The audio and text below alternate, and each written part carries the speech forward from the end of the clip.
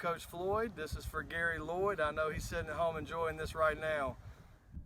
Welcome to another episode of the Tailgate. Today we are right here on the sidewalk trying to hang on a little bit. We're on a hill, but we're outside the Clay-Chalkville field house right outside Cougar Stadium. I'm with returning new offensive coordinator Stuart Floyd. What do you prefer?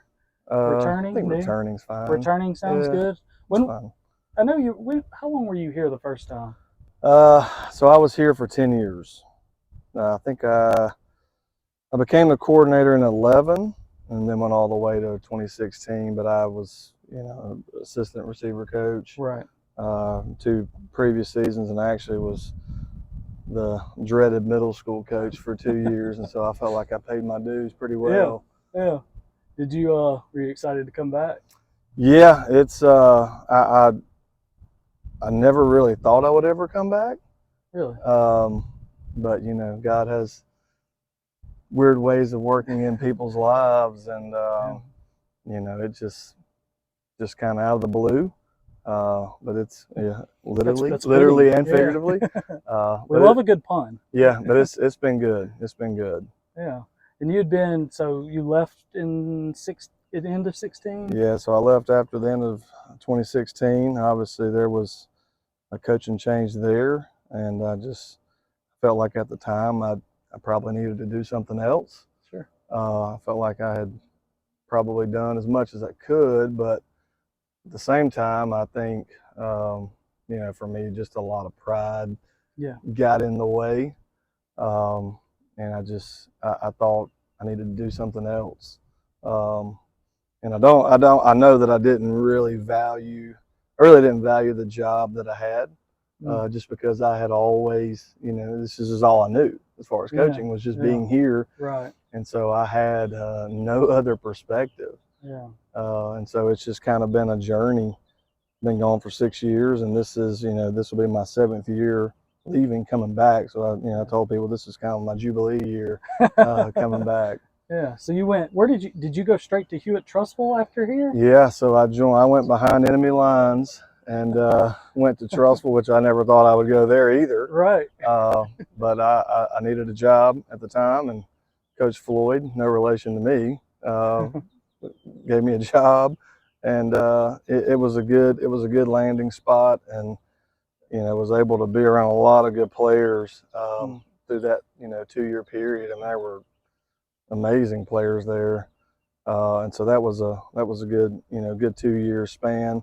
My father passed away during that time, and oddly enough, they lived 5 football fields away from the field house, and so I was actually able to be back and forth. Perfect time. Yeah, I mean, it's looking back, things.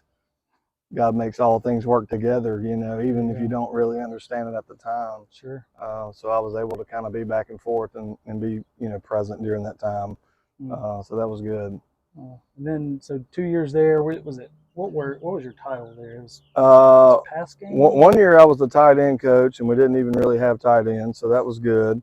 And I kind of latched on into the special teams. Yeah. Until we got a punt blocked, and then everybody wanted to kill me. So, and then after that, I was the pass game coordinator, and I had some really good players to kind of just. There were some good ones during the years. Yeah, there were some good players there, but that was my official title. Okay. And I also coached girls basketball, and that was our first year. That was our first year to go to the finals. So, were you head coach? Or no. I was like the assistant to the assistant. Was Tanya already there? Yeah, oh yeah, okay. She was there, and I spent more time, beating the girls up in the post. I practiced a lot with them and trying to make the post players more physical, and but I had a great time with those girls. Just girls are different to coach. Sure. They love you like. They will do some crazy things, run through a wall for their coaches, and just building that relationship in that short period of time was playing in the Final Four was, it was as good or better than playing in the state championship football. It was. I think the venue setting makes it. Well, it's closed. They're more on top of you. Yeah, it was. Just It was good. It was good. You went to Mortimer Jordan after that, right? Yeah, I went to Mortimer Jordan. They lost in the semifinals in 2018. Lost to Central-Clay. Probably should have beat Central-Clay. They were up Good 20-7. Yeah, they were up 20-7 with like 7 minutes to go, and you know I don't know if y'all remember, there was a ton of rain over that week, and their field was destroyed. And they got pinned down in their territory, and Central-Clay came back and beat them. You know, to go on, and they end up winning the state championship. And so I go the next year to be the coordinator.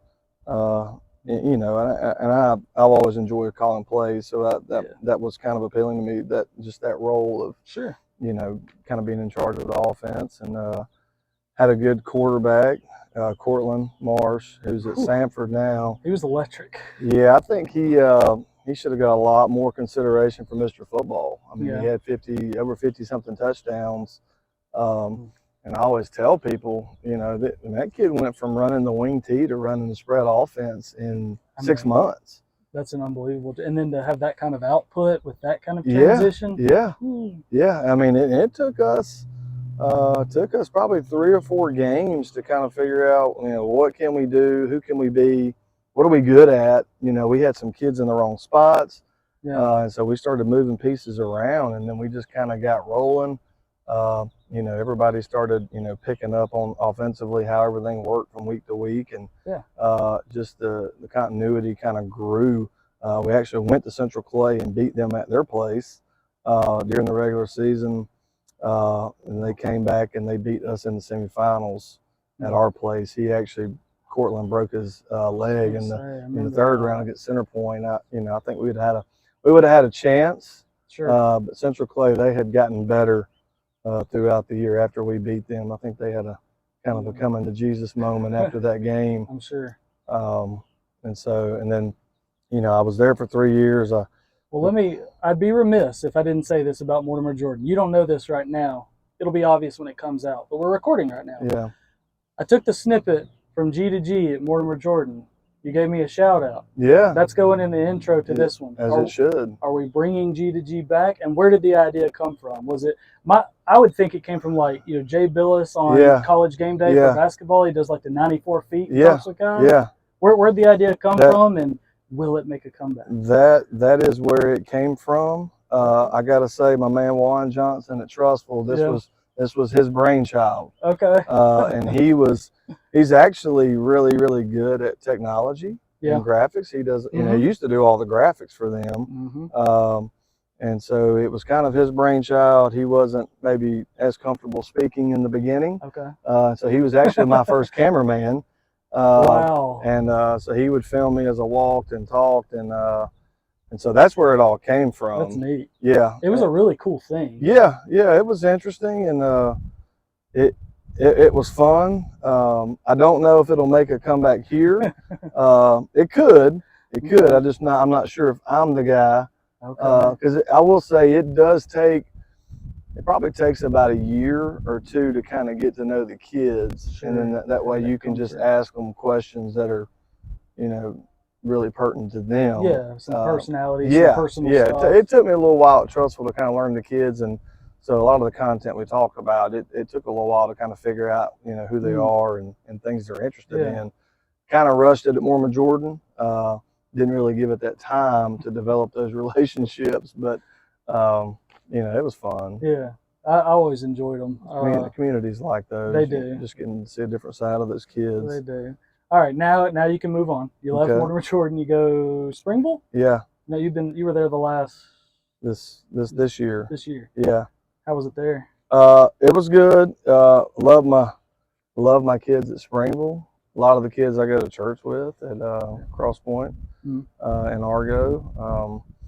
I think Springville, you know, specifically football, those type communities like a Mortimer Jordan, a Springville, the small town, you know, your typical Friday Night Light community. Right. A lot of those communities have grown tremendously in the last 20 years. Springville's blowing up. Yeah, I mean, it was a 3A school for many, many years, and now it wasn't too long ago that no, it was 3A either. Yeah, and now then it went to 6A and dropped back to 5, and it'll probably eventually be back into 6A. But I think football specifically, it's hard, especially when you get into 6A, 7A. You're playing the powers, and it's really hard to compete, just because those type schools, a lot of those small community schools, they share so many athletes. And you compare it to somewhere like here, where you've got a larger pool of kids to pull from. Sure. You're not sharing as many athletes with other sports. Right. All those factors kind of come into play, and then athletically, the football, obviously, 5A, 6A, 7A, it's really, really good. Right. Coaching staffs are really, really good. And so it's just hard, especially for those schools that are transitioning from 5A to 6A. It's a big jump. Yeah, I mean, we talked a lot this last season. I cover a lot of 7A Region 3. Yeah. You've been a part of that. Chelsea made that jump. Yeah. And, they had, I mean, you ask most coaches in 7A Region 3, you ask them who the best running back in the region was last year, they talk about Emerson Russell at Chelsea. Yeah. He's a little dude, but he can lay it on you if he needs to, and they talked about him being one of the best ones. Quarterback got really good as the year went on. They go 1-9 because it's that first year in 7A and going against the powers. Yeah, I think, it's hard because like when I was at Mortimer Jordan, we come over and play Briarwood. Briarwood's an established team, really good playoff team year in, year out. And so the thing that I looked for is you couldn't really base your success off of wins and losses. But I think if you could measure it like, hey, were we in the game? Did we have a chance to win the game? Yeah. And there were several, we were within one touchdown, Briarwood in the fourth quarter. To me, I thought that was a good measuring stick. We're beating Pinson at halftime, which we had no business, beating Pinson at halftime. And so I thought our coaches there, we did a really good job of preparing them. Well-prepared teams can hang around for a half. That's right. But at some point, athletes take over, in the second half and kind of separate. Yeah. So that was, it's tough. But I will say, being at Mortimer Jordan, being at Springville, it has stretched me as a coach. Sure. It's easy, to call plays for these guys. Yeah. And I tell them all, I'm like, my wife can read that call sheet and have some success. Might need to try it this fall. Yeah, well, I don't know about that. But you know what I'm saying. It's I think you've got to be more mindful, at a Springville, at a Mortimer Jordan, of what you're doing schematically, because you can't just say we're only going to be this on offense. Yeah. And so I think it's really stretched me to, be multiple in the way that I approach offense, and what can we be good, what can we hang our hat on. I don't know that if I ever leave that, do I ever get to experience that. And the other thing is just coming back here, you have perspective, or I have perspective, because I've been other places, and so I know what is here. It's a gold mine athletically. Sure. And a lot of people know that, but I didn't know that, just being immersed in this place until you go out other places and you see, like, oh, I see what it was now. I had it so good. Yeah, you don't know that. So I really am, like, really, really grateful to have that perspective, because I show up at work, here, and like, I don't consider it work. But some things that other coaches might get mad about or upset about, I'm like, man, I would have loved to have that the last 4 or 5 years, like, you don't even know what you got. So it's been interesting. Yeah. You mentioned it being a larger pool. Yeah. Kind of going back to a little bit of classification, but a larger pool. Clay seems to be right on that cusp of where maybe eventually, do you think maybe eventually it could go 7A? Yeah, I think it's a pretty good chance this next cycle. The next realignment? Yeah. Well, it would have to put them in Region 3, or no? Well, there's only 4 regions. Yeah, but what's weird is if you always look at the reclassifications, there seems to be this imaginary line that runs through northeast Birmingham. Yep. And sometimes, South Birmingham, because, we got schools in South Birmingham like a McAdory, whoever, that get pushed south. And there seems to be some, when I was at Trussville, we got put in the north the first cycle. I talked about this with, I don't remember who I talked about this with, but we talked about it a lot during the 6A playoffs this last year, because we were covering a lot of, obviously, Mountain Brook getting all the way to state, covering that Homewood run that was kind of unbelievable. And we look at that line. I was talking to people about Mountain Brook being in the north. Now they hosted, but they host a Hartselle, who's, you're up near Coleman. And then Homewood, who has to travel all the way to eventual champion Saraland. And I'm looking at where Mountain Brook High School is and where Homewood High School is, and I'm like, they share the zoo. They share the zoo. That's what I said. I said that line must go like right through the elephants at the zoo. Is where that line goes. It's amazing. Well, and it's because Birmingham's so heavily populated that it just makes sense there's got to be some kind of natural split, somewhere in this heavy population. And it's the zoo. Yeah, seriously. But I don't. I mean, it just depends on who may come back down into 6A. Is it somebody like a Chelsea, maybe, or something like an Austin, a Buckhorn, somebody like that in the north. Which I think Buckhorn may be in 6A now. They are. Well, because they just won the 6A maybe basketball. Maybe Florence and Austin, somebody like that. It's hard to keep up. There's a lot of fluctuation in the north.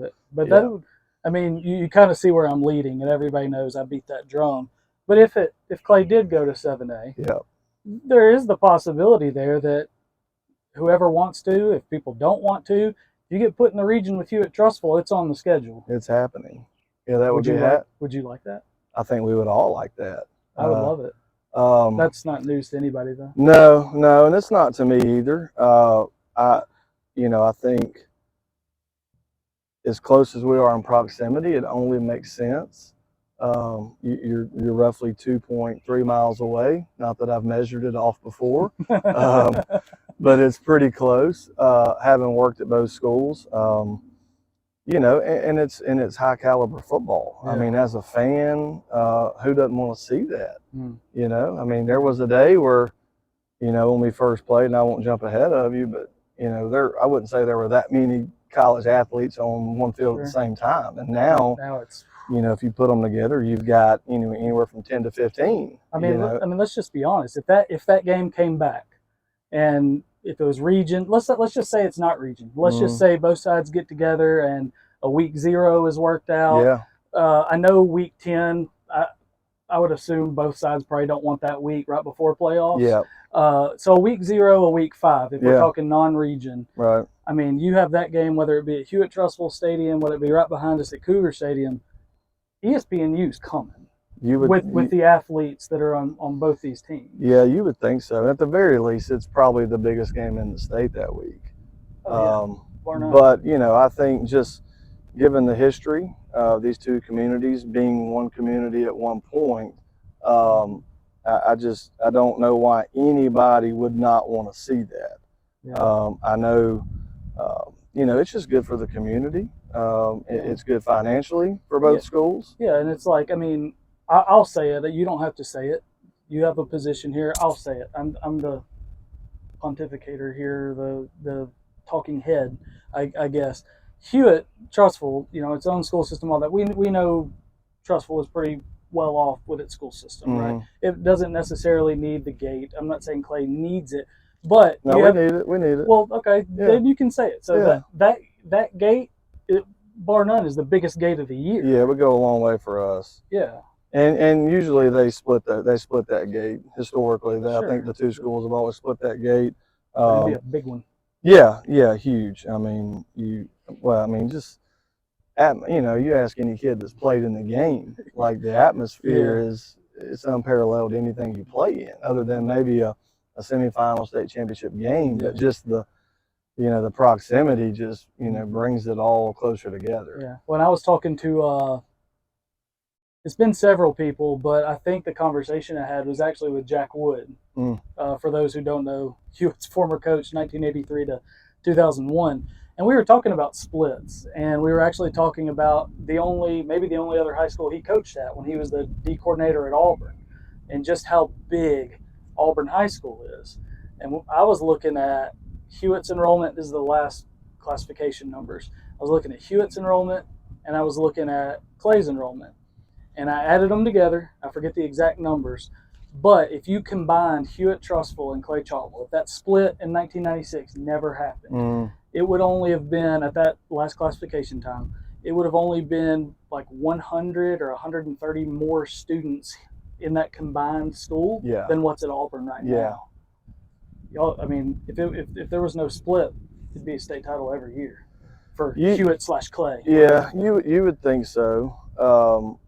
You know, what's crazy is like you take Trussville, which is, you know, 2 miles from here, and you take Pinson, which is another 3 or 4 miles here.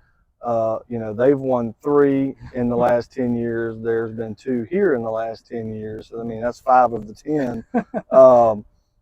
And just, you know, the amount of athletes in Northeast Birmingham is unbelievable. And it's, I don't know that it's always been like that. Well, I know it's not, because, you know, Pinson, you know, up until the last 10, 15 years has really come on the scene. Yeah. But just in Trussville as well. But just in the last 23 years since 2000, you know, the amount of athletes and the championships that have come from this area, Northeast Birmingham, is crazy. And so if you put, you know, Pinson Clay together, you put Clay Trussville together, heaven forbid you put all 3 together. It'd be a university. Yeah, it'd be nice. Yeah. Were you a part? So I know you played at Clay-Chalkville. You were part of the first state championship team in 1999. You were a senior that year, right? That was your senior year. So were you a part of that split with Trussville-Clay when that happened in the mid-90s? No. So both of my parents were teachers at Tarrant. And so my dad was a football coach at Tarrant. And so I actually went to Tarrant all the way through the 9th grade. That was Clay's first year to be a school. Okay. But kind of how I ended up here, I went to Hilldale Baptist Church in Center Point, which used to be right by Irwin High School. A lot of my friends were going to this new place called Clay. And so, you know, because a lot of the kids, the way the school zone worked in Chalkville, a lot of those kids lived in Center Point. And so a lot of my friends were going to be coming to this new place. And my wife now was my girlfriend then. She was coming to this new place. And so there was just a lot of interest, you know, coming in this new place. It's a new school. And so I missed that first year in the split, but quickly got introduced to it. Yeah, I bet. Yeah. I bet. What was it like playing here and that rivalry had just started? Yeah, I mean, I will say that I didn't really care as much as the average student here, because I mean, I didn't, you know, there was no connection. But you know, when I woke up, there were tombstones in my graveyard that morning. Yeah, like from Trussville people coming and they put them in your yard. In my yard, yeah. Oh wow! Like, this is like day of the game. Yeah. Friday morning, you wake up, there's all this stuff in my yard. Just a little extra motivation. Yeah, it meant a little bit more. Obviously, you know, a lot of the coaches that were at Clay, they all came from Trussville. And so, you know, for Coach Pugh, this was kind of his chance to break away, you know, and kind of start his own deal. And a lot of those coaches that, you know, that came from Trussville, they were kind of entering into new positions, you know, so it was kind of their first time to prove themselves. And so it was a big deal. Yeah. What was it like playing for Hal Riddle? Because he was, you know, he's kind of one of those. I mean, he came to Clay. Won the title. You were his quarterback. And then he, you know, went to Hewitt for 12, 13 years, however many years he was the head coach there. What was 99 season like? It started out interesting. Honestly, I thought, you know, in 98, we had a really good team. We had gotten better. You know, they went 1-9 the first year, and then we went 8-2 the next year. Couldn't go to the playoffs because of, you know, just still introducing you as a new school. That third year, we were able to go to the playoffs. We went and played Decatur, got beat in the first round, probably the coldest game I've ever been in. And they got after us pretty good up there. And then all of our coaches leave, and they're going to go start this new place called Oak Mountain. You know, and so I think just in that springtime, of '99, there was a lot of uncertainty because you're getting a whole new staff. Right. You know, this guy comes in, Coach Riddle. Yeah. When I say he is on the opposite end of the spectrum of Tony Pugh, he is on the opposite end of the spectrum. Yeah, he'd agree. Yeah, How would yeah, agree. yeah, and so he had ways of doing things, and his there was not a lot of bark, but he had some bite, and you wouldn't maybe think that, but he had some, and just and he brought in a lot of good coaches that year. I mean, we had probably 4 or 5 guys that either were head coaches or became head coaches at different places. And so, you had Alan Pribmore was the coordinator, Bruce Hill, who became the coach here, and at Thompson. And you had Coach Cook, was the head coach at Minor for a long time. You had, who am I forgetting, Coach Elkins, who was the coach at Penson, head coach. There were a lot of good coaches on that staff. And just, that season is funny because we played Briarwood in the Jamboree that year. And so this is Tim Castille's, maybe his freshman year. Oh, wow. I think his 8th grade year was the year before. And he was, he was Super All-State his 8th grade year. And so 9th grade, we know he's really good. We go out to the Jamboree, and I'll never forget it. Like, we were so disorganized about how we were going to do our pregame warm-ups and all that. Right. And I remember I was like, man, we're going to be like, this is going to be terrible, because we're just not organized, we're not ready. Right. And we got after them. I mean, we were up 21-7 at halftime, and we had a whole new starting 5 linemen. So we were really just uncertain about what we had. And then, it got better each week. Our defense was really, really good that year. Yeah. And then I tell people all the time, I said, Coach Pribmore, it's funny because we actually ran the shotgun that year, which was a big deal. Yeah, we were one of the only few teams that got in the shotgun. But Coach Pribmore had a way. Every game he had one specific play that it was going to be a touchdown, no matter what. And I could go through the games and tell you specifically what they were. But he always had one kind of home run hitter that would either set the tone or he would use it. He'd use it at the right time. Wow. And so it was, Was it mostly you on a deep ball, or did you scramble out? Well, no, a lot of times there were some shots. But what's interesting about that year is, we didn't win the area that year. Right. There's 4 teams in the area. We played Shades Valley. We got killed here. It was like 34-7 or something. Yeesh. I think I had more interceptions than completions that game. Ooh, that's tough. And they were loaded. I mean, you're talking about, you got Mayo, Sowell, you got Ronald Hatcher, lefty. I mean, all these guys, Pierre Brown, they're all Arkansas, Auburn, just all these Division I players. And then we get matched up with them in the semifinals at their place. Yep. And there were a ton of people at that game. I bet. And my friend Chad Dalkey, he was on staff at Shades Valley that year. Okay. And so I always ask him, like, do you want to try my ring? Because he always said that they actually came and sized them for their rings before they actually played us in the semifinals. Is this rumor or is this is what he says? Oh, so this is what he said it. Sorry, Chad. Yeah. And so I've always asked him if he wanted to try that ring on, because I actually have the one he tried on. But it was, and we played Robert E. Lee that year. Yep. Robert E. Lee went 4-6 in the regular season, and ended up making it to the finals. So it was interesting, just being in school for 4 years and making it that far. Yeah, well, I've always been just enamored with this place's history athletically on the football field. I mean, we're 27 years now into what is Clay-Chalkville High School. And, people who don't know that don't know that the school started in 1996, everybody knows Clay-Chalkville over the last 10, 15 years. Right. Everybody does. I mean, going back to, 2010 when they competed against Hoover, Darren Reeves was out here running the ball and all those years. But, I mean, 352nd in the state in wins. That doesn't look that impressive. But what I like looking at is win percentage because, Clay's only been around since 96. But 237 wins in that many years.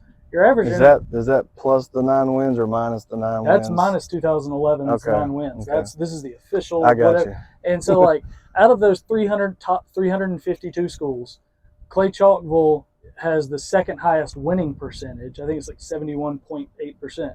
The only school higher, Hoover. Yeah. And so I'm like, I mean, it's just absolute dominance, not necessarily from the start, but almost from the start. It's just a crazy history, and I just wonder like how it's been able to sustain that. I mean, just is it just players? Is it just the location? Like it just seems like year after year, there's not just one guy. There's a couple guys who are just really, really good. Yeah, I think it's a couple things. I mean, obviously you've got to have, you got to have really good coaches because we know there's many, many teams that are full of athletes and they don't quite get where they should get. So we know Yes. it's got to be a combination of athletes and coaches. I think specifically for Clay and Pinson, if you just, the way people move from the city of Birmingham. So, I mean, you look at like a Roebuck, a Woodlawn, Center Point. Sure. People have migrated this way for whatever reason. And I think, because I always joke with the kids, like I ask them, where'd you play? Like, did you play at Eastlake? Are you a Cowboy? Are you a Wyoming Seminole? Are you from the Wolf Pack? I mean, Crestwell was always really good when I was a kid. And so I think there's just a rich tradition of youth football in this area. I mean, when these kids get to arguing about who had the better little league football team, I mean, it's almost coming to blows. I mean, I think I've heard Terrell West talk about that in the past, and maybe Darren Reeves as well. Oh yeah, I mean they will die on that hill and the Sugar Bowl, and I mean it's for whatever reason, little league football has been really, really instrumental in Northeast Birmingham, and I think for whatever reason, just a lot of people have moved this direction. If you don't like, just a lot of, neighbors or whatever, you got a little bit more space out here. Have moved towards Pinson, have moved towards Trussville and Leeds and Moody. I mean, just this whole section, you just got a lot of people moving for whatever reason, and I think that's been part of it. There's just been a lot of, I said this northeast corner of Birmingham has just been rich in athletics for the last 25 years. Absolutely. We were talking a little bit before we hit start about some of the things we were going to talk about. I told you there was one thing that I was going to ask you that I didn't tell you before because I kind of wanted to put you on the spot. Yeah. Top 3 QBs in Clay-Chalkville history. Who are they? Well, I would not put myself in that at all. It's funny because I saw this debate on Facebook several months ago, and I think I'm down the list now. You definitely got to put Pigram in there. Yeah. I think you talk about Mr. Football Snow. Yeah. Well, yeah. Which year? You could give it to him either year. I mean, it's like 14. It was like such a surprise, but you win state. But like a lot of people seem to think that 15 team was more talented. Yeah, well, a lot of the same guys, a lot of the same contributors. Yeah, I would say defensively we were probably better in 14 than 15. I agree. There were some good leaders on that 14 defense. Yeah, the D line was really, really good in 14, and the secondary was really, really good in 14. Cam Pruitt, Torrance Willis. Yeah, I mean there were some D1 players, on the back line and the front line. So I would definitely say Pigram for sure. I think my man that just graduated in 2019, Caleb Johnson. Yeah, Caleb, he would have to probably be up there.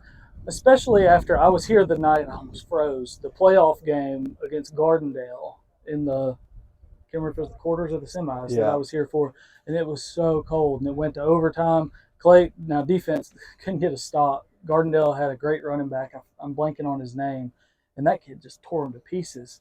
But Clay comes out second half, makes it a game, get it into overtime, and Caleb just took over. Yeah, he a baller. He really became a really, really good player. And I'm just kind of going back watching, the last couple of seasons, and he did a lot of good stuff.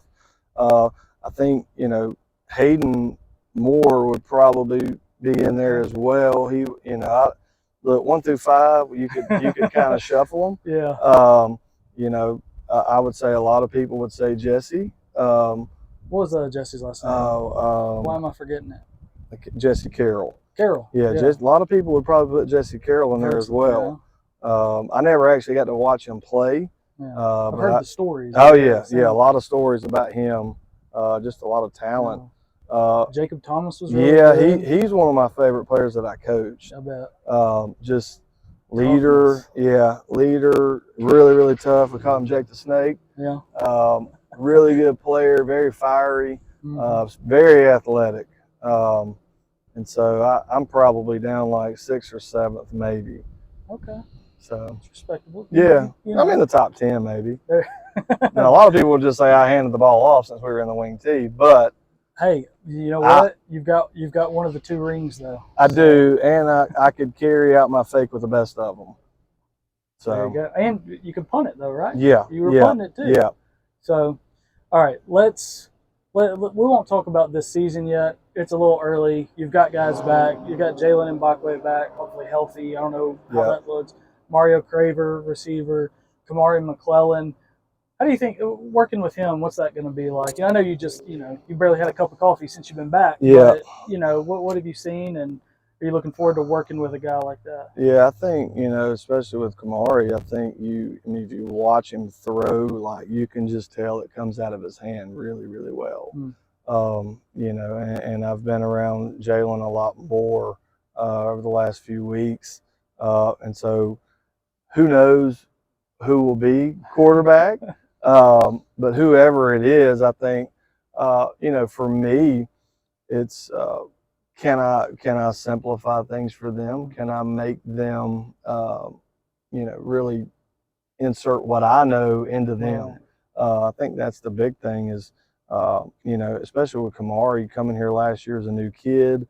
I think, one thing, and I can attest to this because I was him at one point. I came here in 10th grade. That's true. Became the quarterback and all that comes with that. Yeah. There's a lot that comes with that. You're the new kid at school. You're the new kid on the block. That's a good point. You're the quarterback. And not only that, but he came into a situation, I became the quarterback when they were terrible. Right. He walks in, they've just won the state championship. That's tough. And so there's just a lot of expectation. And I think for him, it was really his first time to really play, when it mattered. Right. And so just balancing all that, being the new guy, learning a new offense, learning new teammates and the expectation, and you're the new kid at school, it's a lot. That is a lot. And so I think maybe in year 2, just, a lot more familiarity with everything that's going on will help him. I'll be interested to watch how that's a good point about you coming in and him moving in. So y'all got a lot that y'all can relate to each other. Yeah, and really that's one of the first things I told him when I met him. I was like, I've been you. I was you. I came here. I know, like there's a lot going on when you're the new guy and you're the quarterback. And you're the quarterback of the school that matters. Yeah. Let's end with 2 fun ones. You're a golf guy, right? Yeah. You play a lot, or you just like watching it? Or? So right now I am the golf coach at Springville. So I do play a lot when I can. I don't play a lot during football season, obviously, but once football's over with, I play from here till about August. Okay. And I am currently the golf coach, and I actually have a girl golfer, who is on the boys team, who I'm trying to be able to carry her bag in about 10 years. Oh, wow. So this is Molly Davison, that was from Trussville. Oh, yeah, I know that name. She has moved to Springville. I didn't know that. Yeah, and so you might be carrying that bag. I would like to. Yeah, 10%. I got 9 years left. I figured by the time 9 years, she may be on tour by then. Angling for a nice 10% later. Yeah, I don't even care if it's 5%. It doesn't matter. But no, so I'm coaching golf right now at Springville. She's my number 1 golfer. I got some other good players with her. Yeah. But she is amazing. I've heard that name. I didn't know she'd moved over there. Yeah. Wow. Yeah. So we're recording this in March. Who's winning the Masters this year, and why? I'm gonna say maybe John Rahm. Okay. I like it. I like John Rahm. I think Scotty Scheffler has been playing really, really good, but he won it last year, so I don't know that him going back to back, probably not likely. I would say that I want Rory to win it, but I think Rory's he's got some demons there. He's got too much going on right now. We got Full Swing come out. We've got Live Golf. You know, he's been the ambassador. He became the ambassador of the PGA. And so I don't know that he's going to be able to compartmentalize enough to just play free at Augusta. I like that pick though. Like, I have to pick Rory, and here's why. I've always had a soft spot for him, you know, back when he was a curly-headed, non-weightlifting little kid, and he, you know, goes out and wins the U.S. and stuff, and he needs it for the Grand Slam. And watching him fall apart in 11 is so tough. Yeah. And I've picked him basically every year since then. My friends are all like, who you pick? We know who you're picking. You're picking Rory. So eventually, it's kind of like a clock. Broken clock will be right twice a day. Yeah. Eventually, I'll be right. Yeah. But I've been wrong for 10 straight years. Yeah, I just think there's going to be too much talk on the front end, media day with all the Live Golf stuff. Yeah. I will say that I have won twice the Farm Links Challenge. Okay. Of picking the Masters winner and maybe the U.S. Open. I've won one of those before. Yeah, that's cool. So I've had 2 winners. I'm not sure they're doing it anymore because a lot of us have won. Oh yeah, it's gotten big. Okay, so that's golf. We got a friend trying to join the tailgate. Yeah. Little wasp. Last one. What's your favorite GIF right now? GIF. I don't know. You use them a lot. I would say my favorite one is the blonde-haired guy that's got the shock face. Okay. I don't know if you know which one I'm talking about, but he's kind of really, really surprised, and he starts clapping, but he's surprised at the same time. Okay. You'll have to send it to me so I know. Yeah. Oh, it's really good. And then I really like one with Britney Spears. I don't know if she was on America's Got Talent or something, but it's like her eyes are crossed. I've seen that one. And she kind of looks like she's puzzled. Yeah. And so I send that to kids a lot because they'll say dumb things, and I'm just like, what are you talking about? I know that one. You know, what planet are you on right now? I like it. And then I like the guy with the smirk, the guy in the car that kind of looks at you and smirks. I got a lot of them. Yeah, you're kind of a master at them. Respect. I think I can actually. The gift says what I want to say better than I can say it verbally. A lot easier. Yeah, and that's just that's how my mind works. Okay, we'll end on that. That was fun. All right. Appreciate you doing this. Yeah, really do. Hopefully see you all this fall. Like the video, subscribe to the channel. I think there's a bell you click, get notifications, and we'll be back with another one of these soon.